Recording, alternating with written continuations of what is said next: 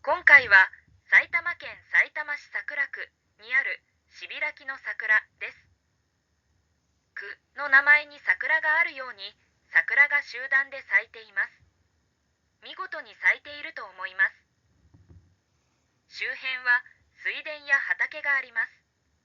また桜並木に沿って歩道もありますので、桜を見て楽しむことができます。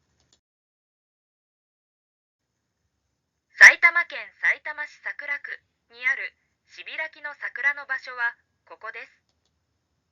里つねはこのように自然などを公開していきますので、よろしければいいね、チャンネル登録をお願いします。